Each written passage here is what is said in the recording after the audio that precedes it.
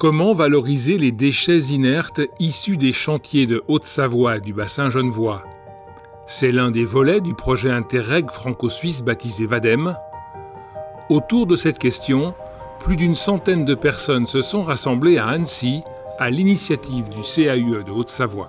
Donc la journée d'aujourd'hui, c'était une première grande réunion des différents acteurs de la chaîne de l'aménagement, des maîtres d'ouvrage, des maîtres d'œuvre, des entreprises, mais aussi des professionnels des différentes filières de gestion des terres inertes. Tous ces professionnels étaient réunis pour réfléchir ensemble à la mise en place d'un système d'économie circulaire. Alors l'objectif de l'économie circulaire, c'est que le déchet devienne une ressource. Et c'est qu'au lieu dans le cas des terres, au lieu qu'elles soient envoyées en centre de stockage ou en carrière, donc en limitant en fait son pouvoir de valorisation, à l'inverse, l'économie circulaire, ça va vraiment être de tirer au maximum sa valeur et de pouvoir la réinjecter dans le milieu du BTP via des écomatériaux ou justement en revégétalisant nos centres-villes. Et des exemples, il en existe déjà. Parmi eux, l'aménagement de l'écoquartier de Pringy à Annecy. On n'a absolument rien évacué et on utilise tout, voire même on développe un peu plus, on verra plus tard. On a évalué l'impact écologique, notamment sur les rotations de camions, sur le bilan carbone, sur tous ces aspects-là. On voit qu'un camion, c'est 62 km par camion. Aujourd'hui, on estime à plus de 50 à 60 000 camions qui n'ont pas été sur la route sur ce projet. On a quasiment divisé par deux le coût économique sur la gestion des terres. 3 autres projets ont été présentés. Le process EDAFOS de fertilisation des terres inertes expérimenté sur un chantier à Genève, la production de terres fertiles pour les aménagements d'espaces verts à Lyon et enfin la gestion des terres du chantier du Grand Paris. L'ensemble des acteurs ici sont conscients des enjeux, ils veulent identifier des solutions opérationnelles, pragmatiques, prêtes à être mises en place. Donc forcément, il faut aussi leur expliquer, parfois il y a un chemin à mener avant qu'un projet puisse rentrer dans une phase opérationnelle. Et on est ravis des échanges. Le projet VADEM a donc une vertu pédagogique en faisant la preuve que la valorisation des déchets, c'est possible. Après, ça peut être dès la phase de planification. Vraiment, le but, c'est de mettre en réseau, que les gens se connaissent, se fassent confiance pour répondre à des appels d'offres, par exemple, et puis cumuler les capacités, les compétences, et qu'on fasse des chantiers vertueux à l'avenir. Ce qui nous freine aujourd'hui dans le développement de l'économie circulaire, je pense que c'est un manque de connaissance de l'ensemble des acteurs, que ce soit privé ou public, mais aussi l'ensemble des échelons au sein de l'entreprise. Et c'est grâce à des journées comme ça qu'on peut justement appréhender mieux le sujet et acquérir de la connaissance nouvelle.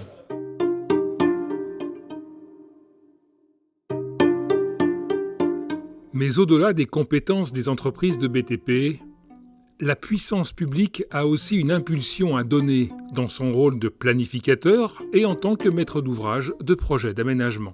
On a beaucoup de réglementations générales françaises, mais des ambitions au niveau des territoires qui imposent des méthodes de valorisation innovantes, on en a peu et donc on se retrouve rapidement dans le classique et en tout cas dans la gestion d'un chantier traditionnel. Et pour que les choses changent, le projet VADEM est allé au-delà de cette journée de sensibilisation et de mise en réseau. 2 mois plus tard, dans les locaux du CAUE à Annecy, une vingtaine de personnes étaient réunies, principalement des représentants, élus ou techniciens, des territoires pilotes, partenaires du projet VADEM. Alors l'objectif aujourd'hui, avec ces personnes qui sont prescriptrices du coût de marché, qui vont évacuer du coup des terres inertes, c'était qu'ils aient un plan d'action, donc court terme, moyen terme et long terme, de bonnes pratiques à mettre en place sur leur chantier ou carrément sur leur communauté de communes ou sur leur agglomération. Chacun a d'abord listé les actions déjà menées sur son territoire en faveur de la valorisation des déchets. Puis, ensemble, ils ont réfléchi à de nouvelles mesures qui pourraient être intégrées dans leur cahier des charges. Nous, en tant que maître d'ouvrage, quand on va lancer des consultations, on va imposer aux entreprises des actions vertueuses et un maximum de réemploi des déblais. Ça va être un des critères de sélection des entreprises.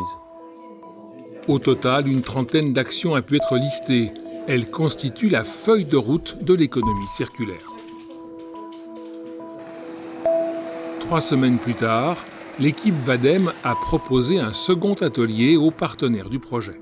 Leur rôle, c'était de reprendre du coup, les objectifs généraux qui étaient dans la feuille de route et qui pouvaient être retranscrits dans une charte de chantier et de découler du coup, ces grands objectifs en indicateurs et en actions vraiment opérationnelles. Cette charte de chantier est destinée aux maîtrises d'œuvre et aux entreprises du BTP dans le cadre de futures consultations d'appel d'offres. Donc ça peut être par exemple sur des critères de notation, comment on va noter la consultation. Et donc là, ça peut rentrer sur le pourcentage de terres qui vont être employées ou recyclées.